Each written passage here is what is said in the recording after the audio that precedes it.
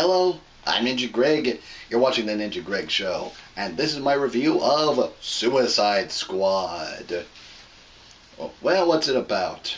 Well, you got government agent Amanda Waller, who decides to assemble a team made up of supervillains for the purpose of going on these Black Ops suicide missions for the government. If they succeed, they get time taken off their sentences, and the government takes all the credit. If they fail, well, they die, and the government denies all involvement. In Viola Davis's words, we throw them under the bus. And what's the squad's first mission? Just stop an evil enchantress from destroying the world. No biggie. Positives. The action is pretty good, which is typical for superhero movies. I mean, the times I've seen superhero movies where the action was actually boring, I can probably count on one hand. But they really, during the fight scenes, they really utilize each character's skills to their complete full advantage. Rick Flag and Deadshot hang back and shoot because that's what they're best at. Killer Croc just powers through everybody. Captain Boomerang throws boomerangs. Duh. Harley Quinn uses her natural agility to fend off foes. And you got Katana just using her sword to slice through baddies like a boss. And when I say baddies, I mean, well, not the team, because they are the bad guys, but they fight against these. They fight against the Enchantress's own foot soldiers, which are ordinary people turned into these, I don't know, weird looking, kind of rocky, but not really hard to describe creatures. But whatever they are, they're not human anymore. So yeah, go ahead, whack them all off.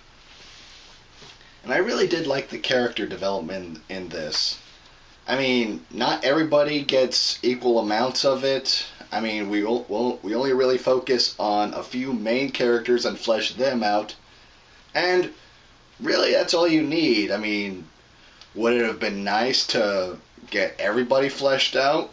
Yeah, but with a cast this big, that would have been tedious. So, yeah, just keep it simple. Focus on the key people you need to focus on, and don't worry about everyone else. This movie does a good job of giving you what you need when it comes to its character stuff. And I liked all the different character portrayals. Will Smith as Deadshot, Margot Robbie as Harley Quinn, Viola Davis as Amanda Waller. They were all pretty good. And yeah, I actually did really like Jared Leto as Joker.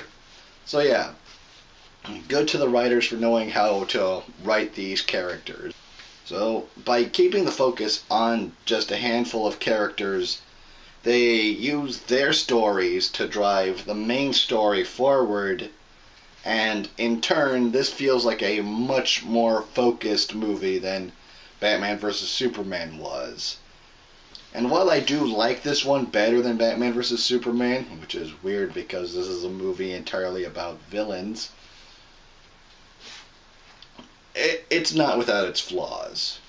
And while I was genuinely praising the characterization a moment ago, Will Smith's Deadshot feels a little too Will Smithy.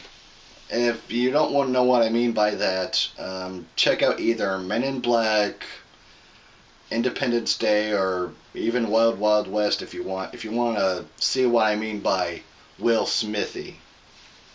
And this movie does suffer from some Band of Misfits cliches.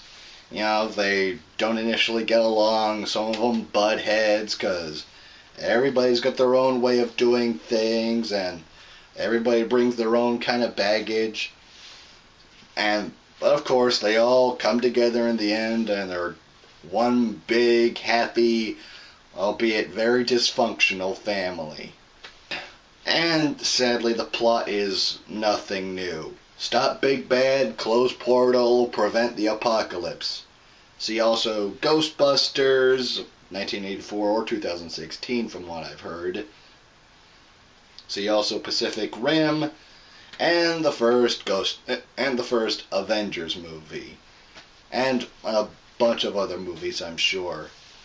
And finally, and this is kind of a minor one because it doesn't really play into much of anything other than character development for Harley, but she has a flashback where she dives into a tub of chemicals at the Ace Chemical plant, which is the exact same as the Joker's origin. And I guess they tried to use that same thing to kind of be the excuse why Harley Quinn goes crazy. And I think I can understand why they did it, because it's certainly easier than trying to cram in so many years of hanging around with a criminal gang and living with an abusive boyfriend who's a deranged nutball. And I would also call foul on Joker torturing Harley during his initial escape from Arkham.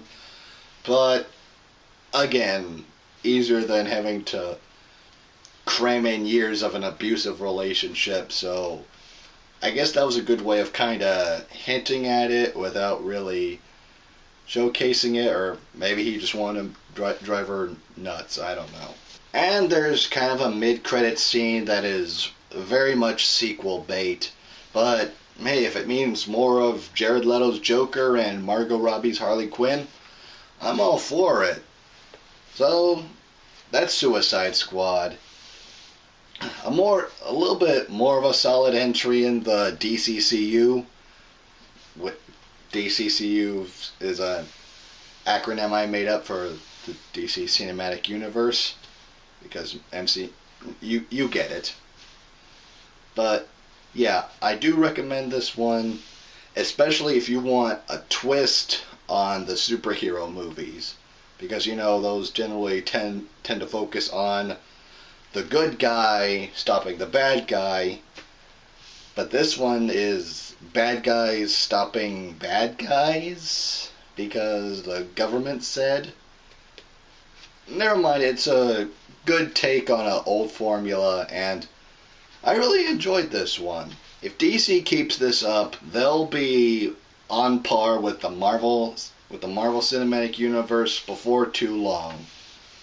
So, yeah, I recommend it, especially if you like the characters, because, like I said, the characters are all done really well. So, let me know what you thought about Suicide Squad down in the comments, if you have seen it already. And if you haven't, then you might want to avoid the comments, because somebody might spoil it.